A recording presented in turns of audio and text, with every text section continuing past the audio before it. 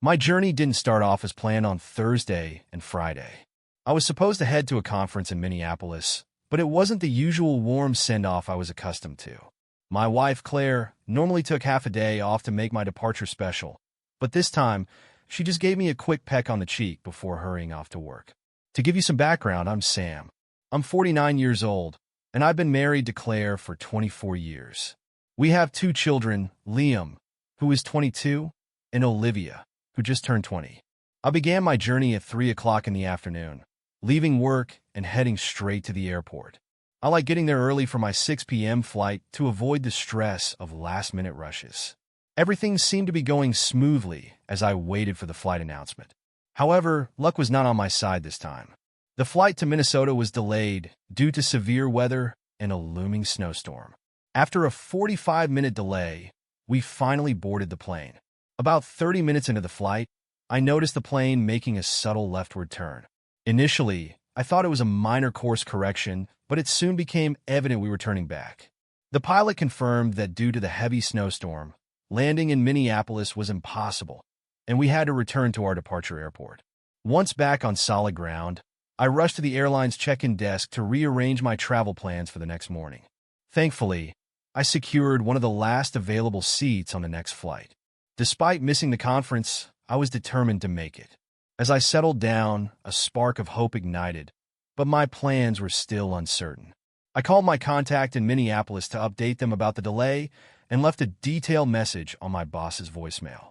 Feeling anxious, I decided to call home, hoping to hear Claire's comforting voice.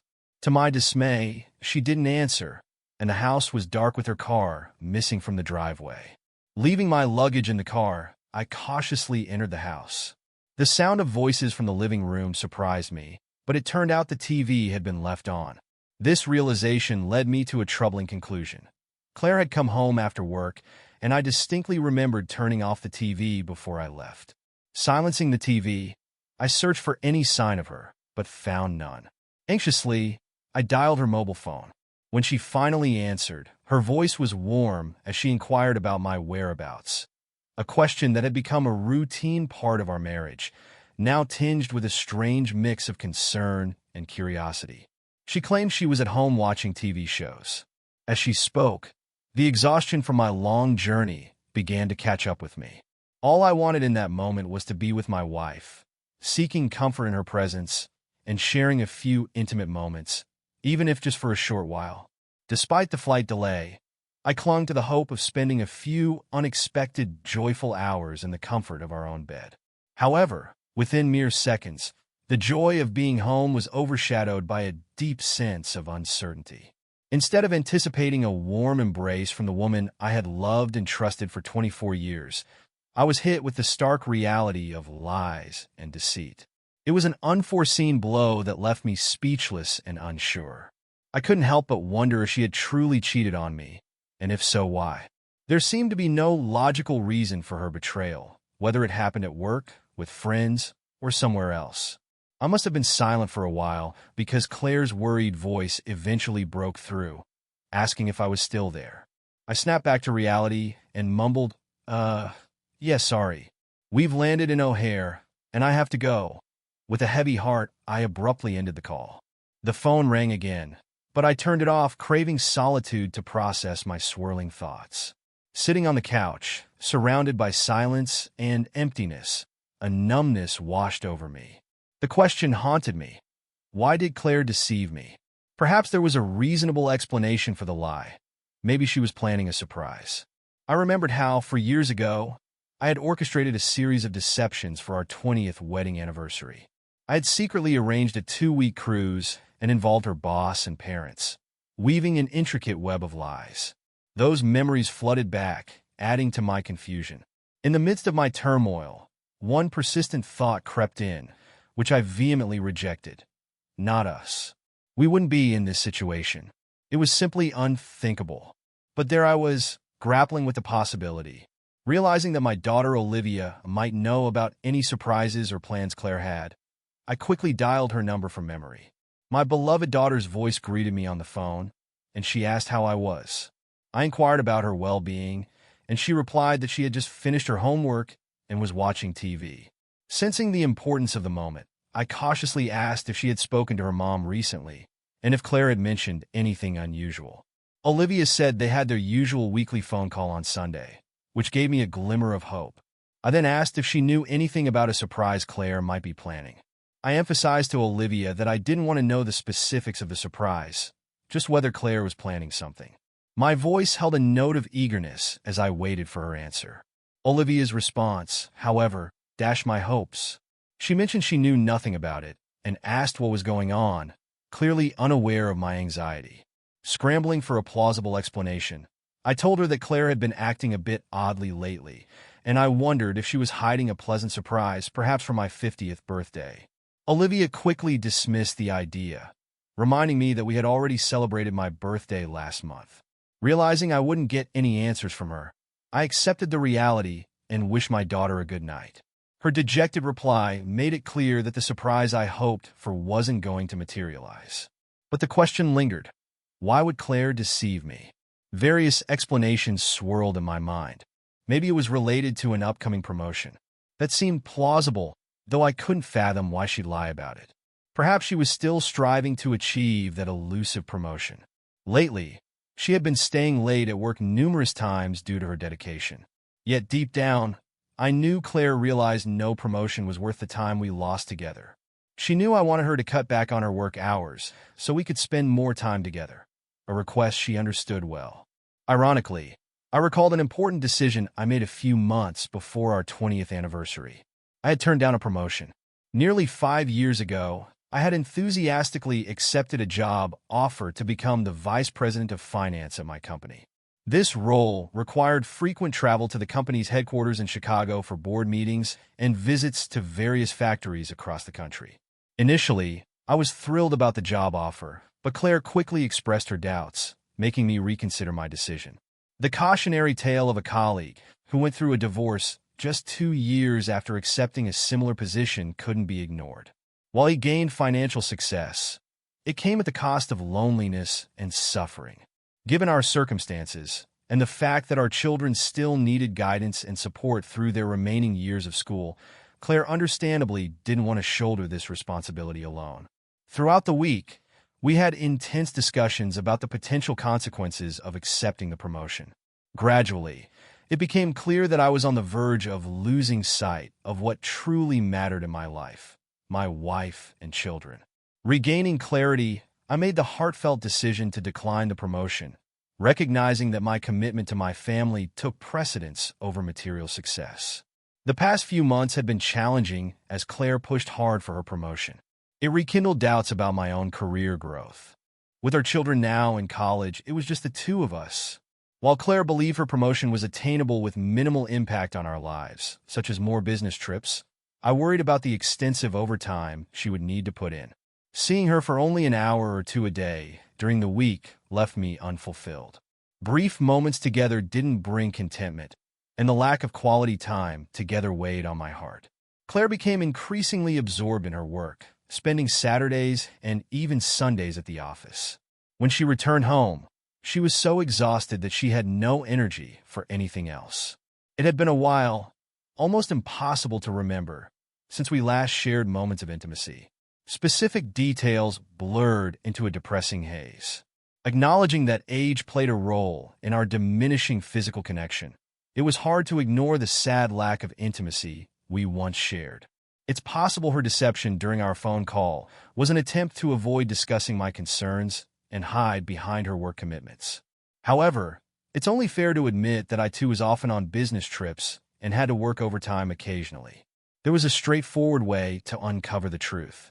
I decided to call Claire's direct line at advertising agency to confirm things. To my surprise, her colleague Jack Harper answered the phone. Alarmed, I quickly composed myself, expecting to hear Claire's voice. I greeted him using my nickname, and his response caught me off guard. He mentioned that I should be enjoying a vacation with Claire. Shocked and confused by his comment, it was clear something was wrong. That evening, I found myself tangled in a web of surprises. I asked Jack about the supposed vacation.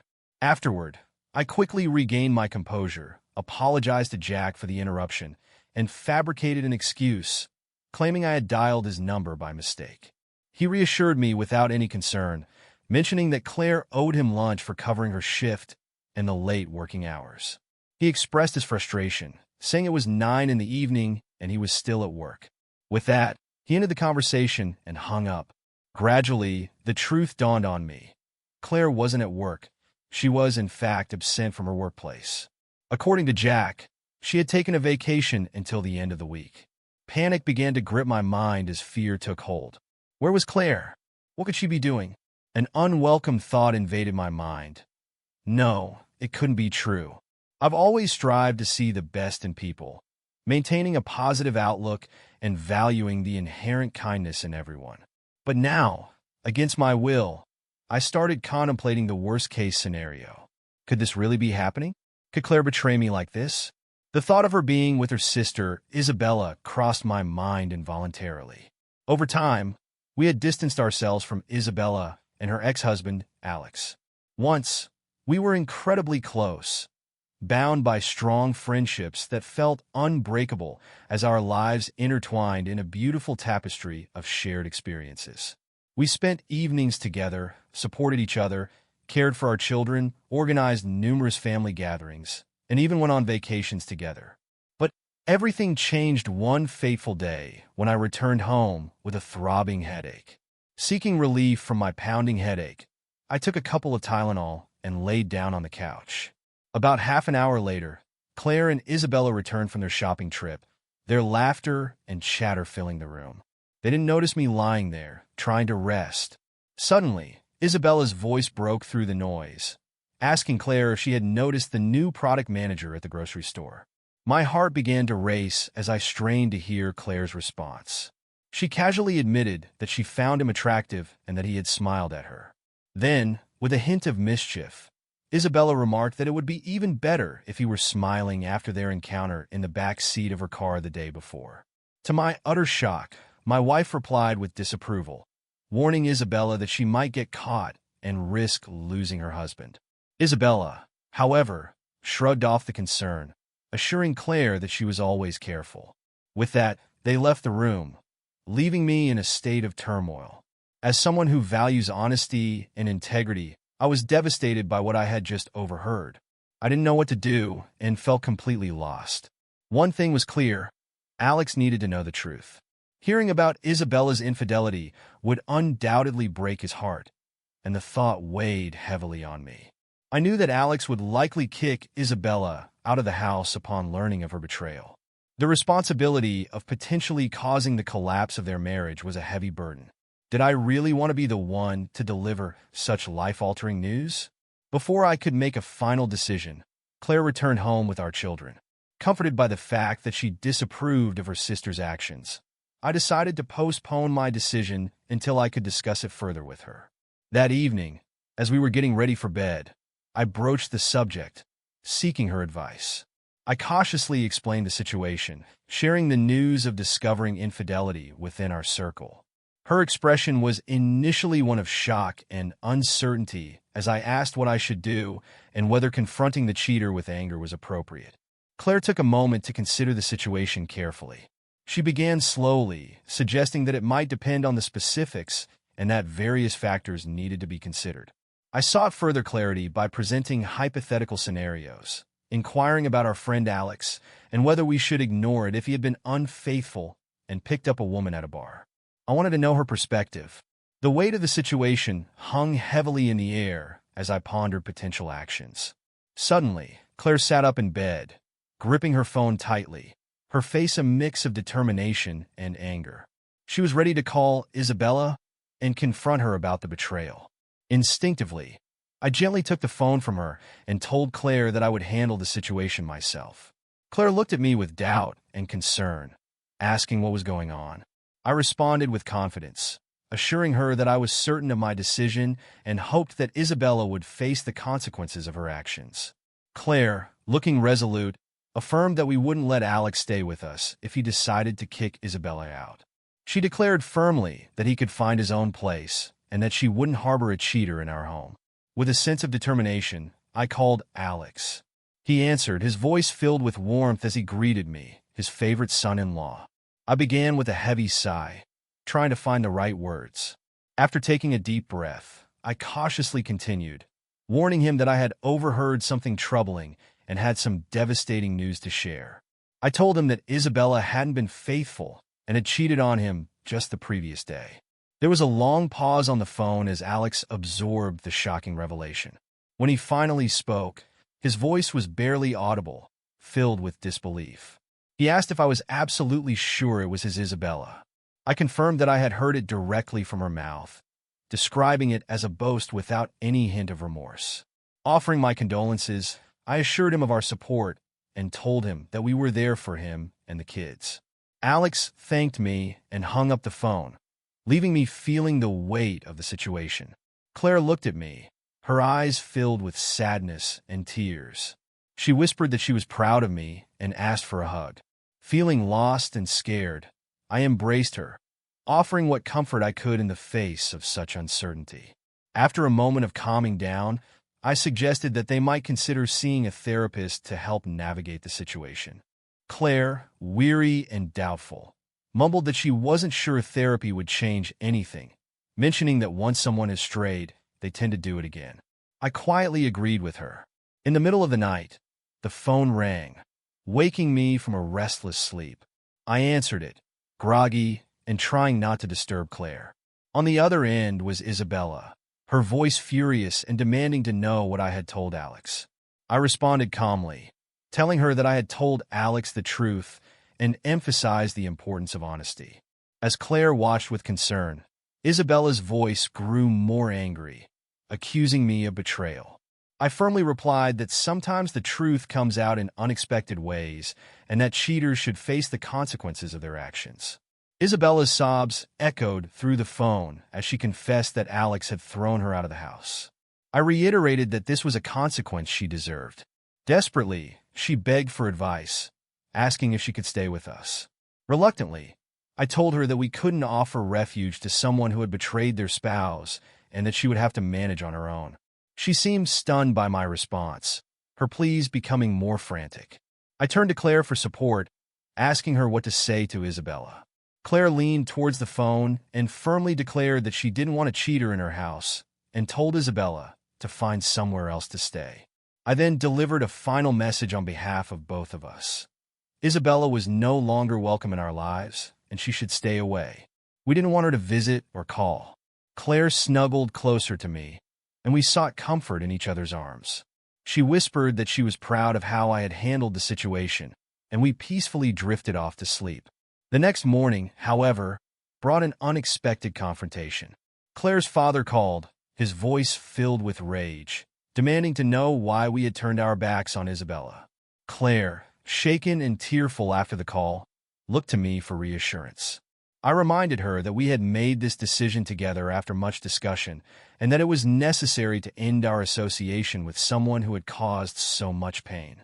I clarified that I had only mentioned a hypothetical scenario about Alex and hadn't suggested he actually cheated on Isabella.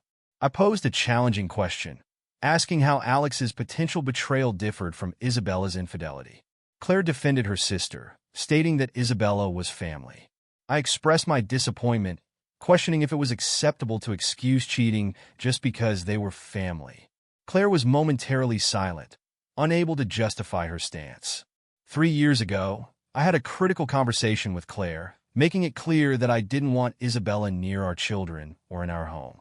Although Claire occasionally met her sister secretly, it was an unspoken taboo in our household, and she visited Isabella covertly while I was away. Over time, Alex managed to move on and prepare for remarriage, and my resentment toward Isabella faded.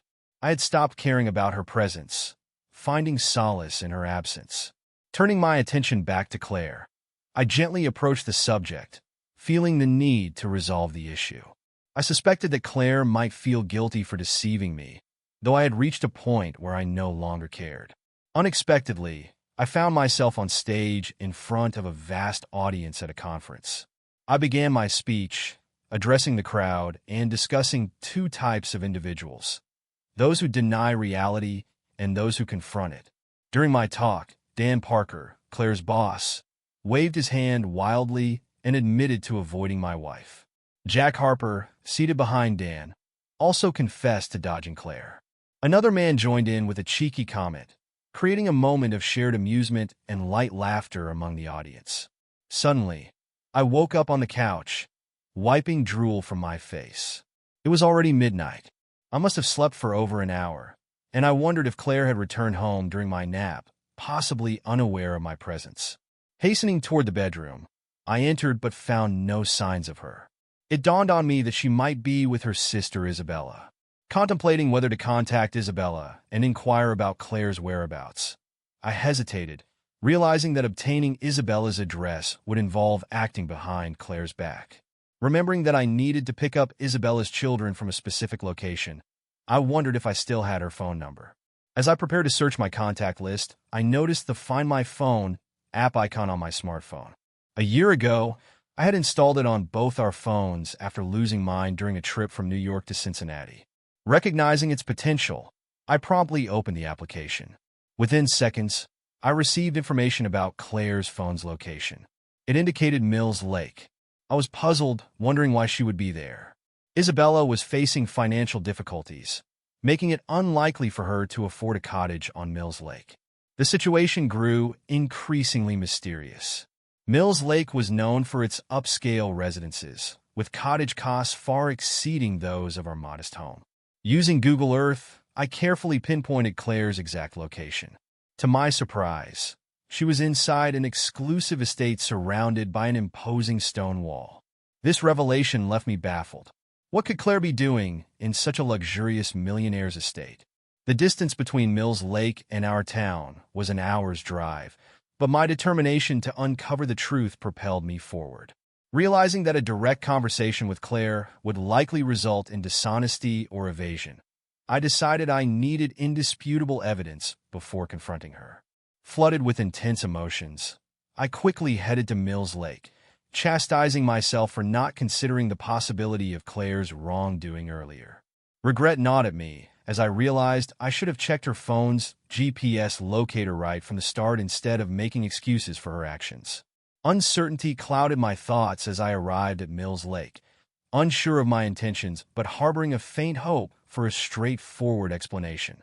Anxious, I made my way to the estate where Claire was located. A massive gate loomed before me, barring direct access. I wasn't planning to drive up to the house and announce my presence. Assessing the situation, I understood that parking by the road might attract unwelcome attention, possibly leading to security guards or law enforcement in this exclusive community. Driving a bit further, I stumbled upon a narrow path and decided to park there. Stepping out, I felt a surge of uncertainty. How would I bypass the towering walls separating me from the truth? Then it hit me. The estate bordered the lake, meaning I could approach from that side. With renewed determination, I began to make my way toward the lake, ready to uncover whatever truth awaited me. I made my way to the lake shore, my heart pounding as I searched for a way into the estate from this direction. Discovering a narrow path leading toward the water, I cautiously moved forward, unsure which grand cottage Claire might be in. I decided to rely on another check of the GPS locator. Eventually, I reached a luxurious mansion with several second-floor windows still lit, though the ground floor was dimly illuminated. Only one curtain remained slightly open, casting a warm glow outside. Seeking a better vantage point, I found a sturdy tree and climbed high enough to peer inside. My gaze settled on a man in a white terry cloth robe, older and unfamiliar to me, who quickly vanished from view. Moments later, a woman emerged, and my suspicions were confirmed. It was Isabella. She stood in an open robe, sipping champagne. Despite everything, I couldn't deny that she still looked attractive for her age. As I watched, the pieces began to fall into place. Claire was indeed with her sister, likely drawn into a lifestyle I disapproved of and didn't want for her. The implications of a divorce and the financial strain it could bring seemed to explain Isabella's actions. However, I couldn't help but feel Claire was getting entangled in something destructive. Events unfolded before my eyes that left me disheartened. The man I had seen earlier approached Isabella, his hands exploring her body as he took her champagne glass and set it aside.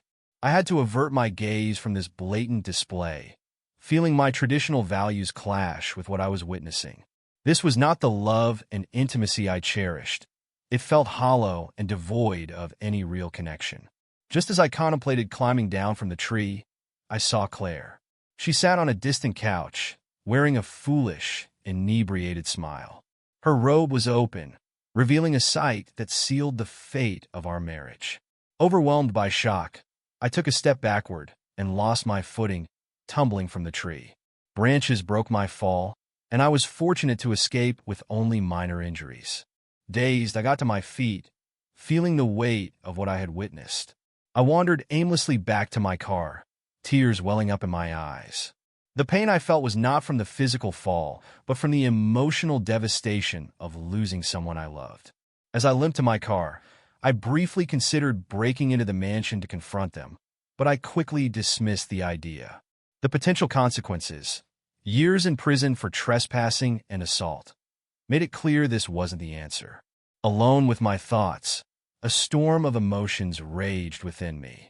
I could no longer deny the harsh truth. The sadness and anger were overwhelming, but I knew I couldn't let the anger consume me. No matter how betrayed I felt, I would never resort to physical violence against Claire. As I considered my options, I realized the simplest one was to return home, pack my belongings, and leave. If we lived in a no-fault divorce state, had separate incomes, and no dependent children, the process would likely be straightforward. We would divide our property and part ways. Yet a part of me yearned for justice and some form of revenge. A bold idea took hold. I decided to seize the moment and see how it played out. Clutching my phone tightly, I dialed Claire's number, anticipating that she might not answer, and I'd be directed to her voicemail. I hoped she'd check it right away. "Hi, honey," I began, projecting my voice onto the answering machine. "Since you didn't pick up the home phone, I'm calling you on your mobile. I wanted to let you know not to be alarmed when you hear my keys in the door in a few minutes." I explained the chaos of my flight being delayed by a blizzard and the uncertain arrival times. I told her our flight had been diverted to Chicago, but that we were finally on our way back. They couldn't pinpoint our exact landing time, but I estimated I'd be home in about 30 minutes. I said goodbye and hung up, knowing Claire would receive a notification of a new voicemail. Curiosity and anxiety would undoubtedly gnaw at her. Leaving a message at that time was unusual, adding to the intrigue. I pictured her reaching for the phone, eagerly checking her voicemail. I silently prayed that she was too intoxicated to notice the impossibility of using a mobile phone during the flight. Panic must have been setting in as she realized she might be ensnared in her deceitful web. My phone rang, interrupting my thoughts. I quickly answered, realizing she might be trying to gauge my time of arrival. I began the conversation with a weary tone, apologizing for potentially waking her up.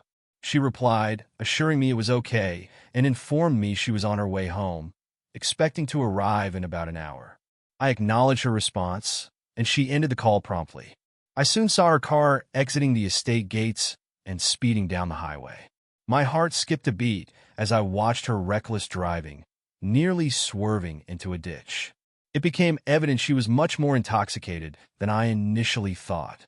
Although I felt anger and frustration, I also felt a deep sadness at what our relationship had become.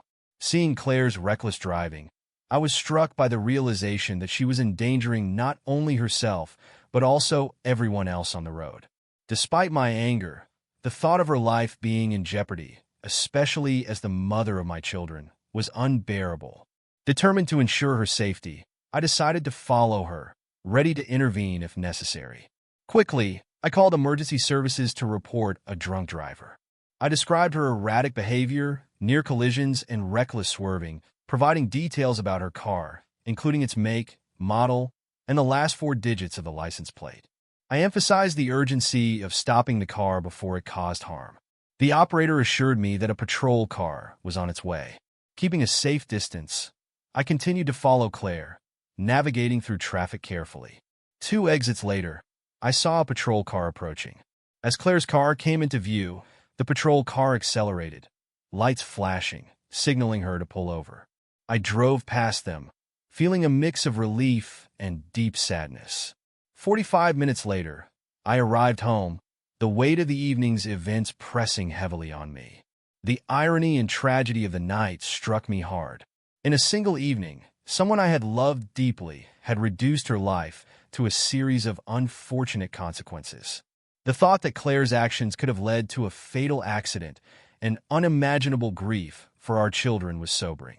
This realization made me pause and reflect, allowing my fears and emotions to surface.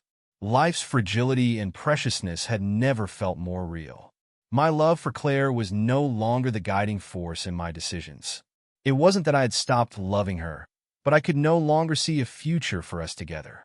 I needed time to gather my thoughts, so I turned off the home phone and silenced my mobile. As I reflected on the evening, I realized that the simplest explanation for Claire's deception had been in front of me all along. Disappointed in myself for not seeing it sooner, I opened a bottle of wine and contemplated my next steps. For years, I had believed that my love for Claire would age like fine wine, growing richer and deeper over time. Confronted with the harsh reality of our strained relationship, I now faced the difficult question of what to do next. As I sipped the wine, I searched for clarity amidst the whirlwind of emotions. The love that had once been the foundation of our life together now felt like it had turned to vinegar, leaving me in agonizing pain. Her betrayal cut deeply, but it wasn't just the act itself that hurt. It was the realization that the love we had shared for 26 years, 24 of them as husband and wife, had withered away. Without her, I felt lost, like a soul adrift, devoid of purpose and identity.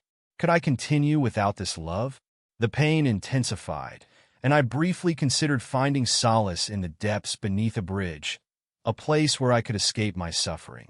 Starting a new life felt like an insurmountable challenge filled with uncertainty. How do you plan your future when the person who has been your everything is suddenly gone? I was at a loss, unsure where to begin. Making decisions without consulting Claire seemed impossible. Family had always been my focus. Every choice I made was carefully considered for the well-being and happiness of my wife and children. Our social life revolved around our family, and I rarely engaged with colleagues outside of obligatory work events. Over the past decade, I occasionally reminisced about the times we socialized with colleagues. Now, with the kids gone, it was just Claire and me. And now, I found myself alone, engulfed in sadness. I had no one to love, no one to lean on. For the first time in my life, loneliness became my unwelcome companion. Why did she choose this path?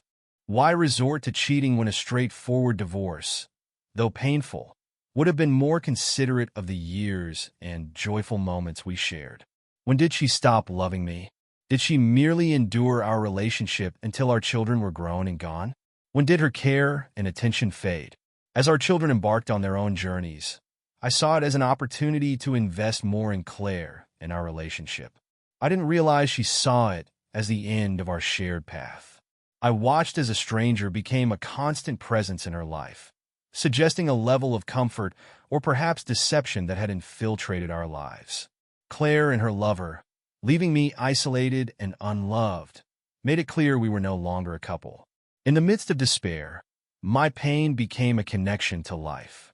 It served as a painful reminder of what I had lost, the best moments we shared, and most importantly, the presence of our children. In that dark moment, my children became my saviors, casting a glimmer of hope upon me. My self-esteem had plummeted, and I lacked the strength to lift myself out of the abyss. Just thinking about Liam and Olivia provided a faint spark of self-preservation. Soon, Liam and Olivia would start their own families, and to shield myself from the impending wave of grief, I realized I needed to distance myself from it all. It wasn't an easy task, and it was filled with pain. I understood that I'd always carry the memory of Claire and how I loved her, but I'd also remember her betrayal. I needed to extricate myself from this situation. As I continued to drink, I pondered the future. Despite the pain, I knew I had to move forward, even if the path was unclear. The love that once defined me was gone, but I still had my children and a life to rebuild. I resolved to find a way through the darkness, holding on to the hope that, with time, I would heal and find a new purpose. I had always been content with a simple life.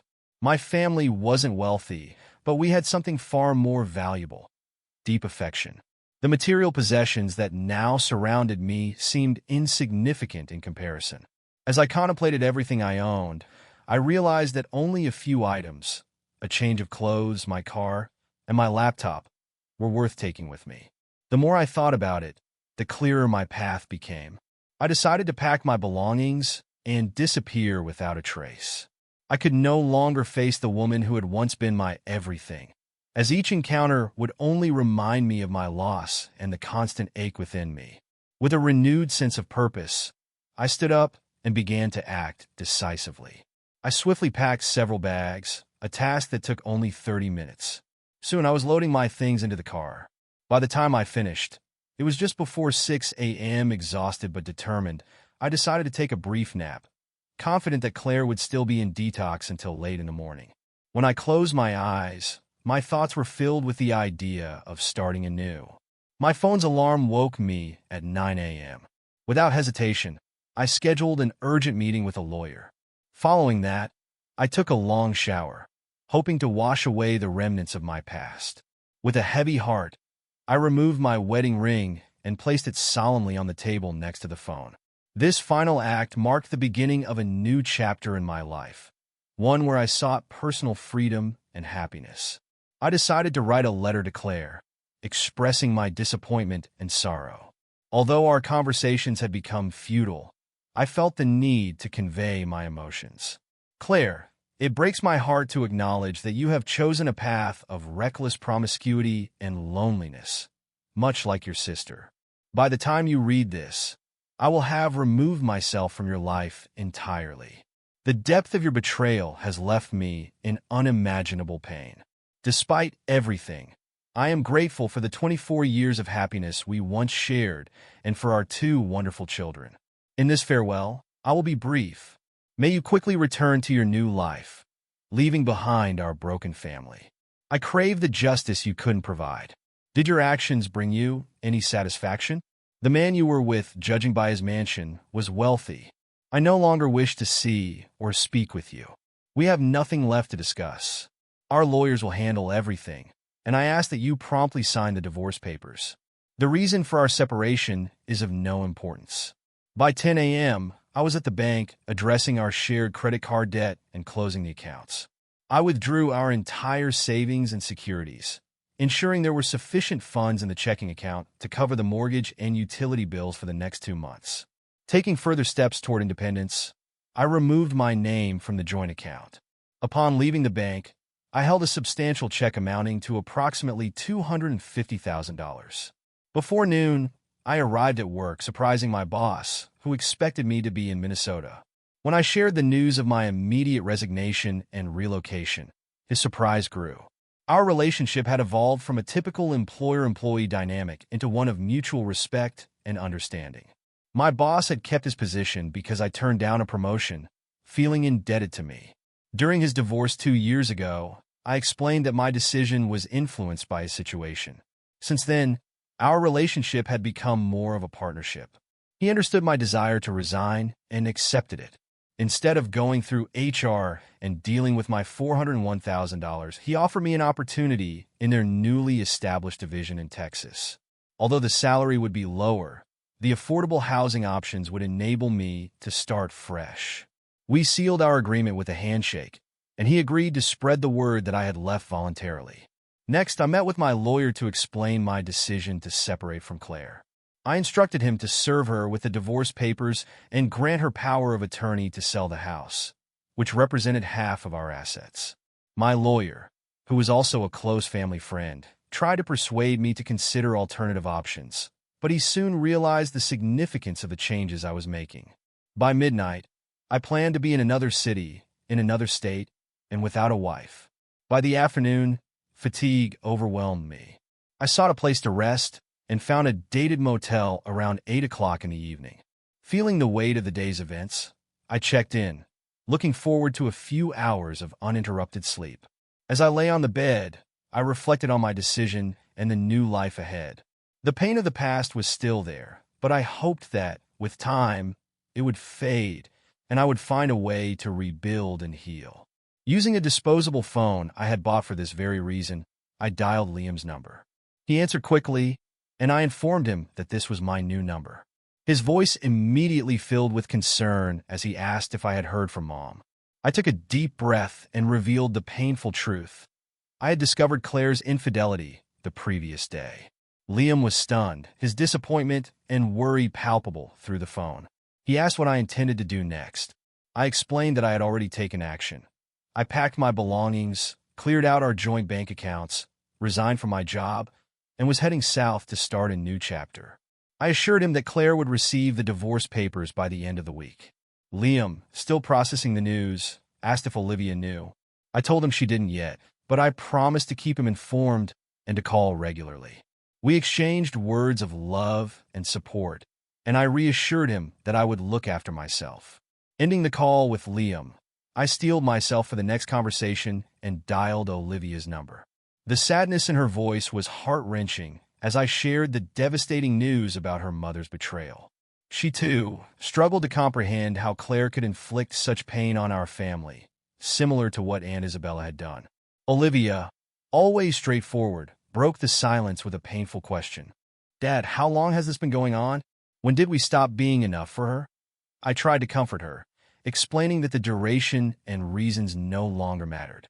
What mattered was that I had loved Claire deeply and trusted her completely, and she had shattered that trust. I reassured Olivia that I would be okay. I admitted that I was incredibly sad, but believed that, with time and distance from her mom, I would heal. I promised to share my new address and told her she could visit once her school year was over. Tears welled up in my eyes as I made this promise, wanting Olivia to know that she would always have a place with me. Arriving in Tucson, I found a small but welcoming optics division with only 30 employees. The district manager, a kind-hearted man with a fatherly demeanor, fostered a sense of camaraderie and comfort within the team. I immediately felt welcomed, which provided some solace during this tumultuous time. A month later, I chose a charming house in a quiet condominium complex. Throughout this period, I maintained no contact with Claire, relying solely on updates from my lawyer and my children. Navigating this new life wasn't without its challenges. One particularly difficult situation arose when my lawyer informed me that Claire was prepared to contest the divorce. She was unwilling to let go and ready to fight to the bitter end, even if it meant financial ruin for both of us. In response, I calmly instructed my lawyer to cease pursuing the divorce. I told him I no longer cared and wanted to give her the chance to rebuild her life after the 24 years we had shared. I asked him to convey to Claire that I had no desire to continue our relationship and wished her well. Additionally, I added a more pointed message, asking my lawyer if he could tell her to go to hell. Recognizing our close connection, he agreed but warned there would be an additional fee. Conversations with my children were even more challenging. One by one, I had to convince them that there was no turning back. The first major hurdle arose when Olivia told me, "Dad, Mom completely freaked out when I mentioned that I planned to live with you this summer." I promised Olivia that I would do my best to visit her and her grandparents, but her reaction was so concerning that I found it necessary to step away from my phone for a few days. Claire's behavior worsened when Liam decided to split his summer between both of us. As for Claire, I consciously refrained from asking about her, focusing instead on moving forward with my life. It wasn't easy because remnants of my feelings for her still lingered, tied to our shared past before the betrayal. With my children's help, I gradually learned more about Claire's state of mind. To my surprise, she was going through a deep depression, mirroring the emotional turmoil I had once experienced. It was astonishing, considering what had happened to her sister. When you cheat, it devastates those you should love, leading to the destruction of your marriage. Afterward, you move on with your life. So, how could Claire be depressed when I had done everything possible to enable her to continue without me? Her reluctance to divorce seemed like an escape from reality, a way to avoid facing the fact that her actions had caused our family to crumble. It was absurd. For a while, I was in denial myself, but she had been living in denial for the past 2 years. Even though she knew our children were in regular contact with me, She used them to express remorse for her actions. Through them, she tried to convince me that she was willing to do anything to prove her love. Although I understood that our children hoped for reconciliation, I couldn't bring myself to talk to Claire. The geographic distance between us was also an issue, forcing them to choose between their mother and me. Claire was relentless in her pursuit of my whereabouts from our children. All she knew was that I lived in one of the southern states. It had been almost 3 years since I left her, and she finally managed to discover my location. One fateful day, as I was leaving work, I spotted her lurking near the office. I couldn't fathom how she had found out where I now resided, as I had tried to keep that information strictly confidential. Based on what my children shared, Claire was convinced that a face-to-face meeting would change my mind. Determined to correct her misconception, I quickly and discreetly slipped out through a side door, my heart racing. I called Grace to let her know about the situation and my plan. I positioned myself where Claire could see me, leading her to follow as I navigated through the city. I stopped at a grocery store, making a show of mundane errands, and eventually returned home. As I pulled into the driveway, Grace, a beautiful 30-year-old Latina, opened the door with a 1-year-old baby in her arms. Claire, who had followed me, parked nearby and hurriedly approached the house, clearly confused by the sight. From my place in the kitchen, I watched Claire's astonishment as Grace greeted her with a warm smile and a distinct Spanish accent. "Can I help you?" she asked politely. Claire, visibly taken aback, stammered that she needed to speak with me. Grace called out to me, and I took the baby in my arms as I approached the door. Well, I began with a mix of surprise and irony in my voice. "What brings you here after almost 3 years, Claire?" Her eyes filled with tears, and she whispered that she needed to apologize, confessing how deeply sorry she was for the pain she had caused. She admitted that her actions were her own foolishness and expressed her love for me, describing me as the best husband and father a woman could hope for. Though her words were sincere, I knew it was time to end this charade. "It's all right," I replied, feigning happiness. "All of this is in the past. I've moved on, and I forgive you." I glanced at the baby in my arms, her innocent joy radiating, and continued, "I wish you a joyful life filled with love, much like mine." Claire's tears flowed freely as she mumbled something unintelligible. She hesitantly stepped forward, embraced me briefly, and then hurriedly left the house. I closed the door behind her, feeling a mix of relief and sadness. Grace, sensing my fragile state, gently took the baby from my arms and hugged me tightly. She kissed my forehead and then reached for the phone. "I need to let Nathaniel know that I'll be heading back home with our daughter soon," she said with warmth and confidence. "Thank you, Grace," I whispered, deeply appreciative of her support. "Make sure to tell him I'll be waiting for you at the barbecue on Saturday." "Absolutely, boss. I'll see you at the office tomorrow," she replied with enthusiasm. The following week, my lawyer received the signed divorce papers from Claire. As I moved forward, I realized that healing takes time and that I needed to find my own pace. I formed connections with several female friends, engaging in casual relationships without serious commitments. Gradually, I shed my nervousness and timidity around women, recognizing my personal growth. I began to think it might be time to let Grace introduce me to someone special, someone who could bring genuine happiness back into my life.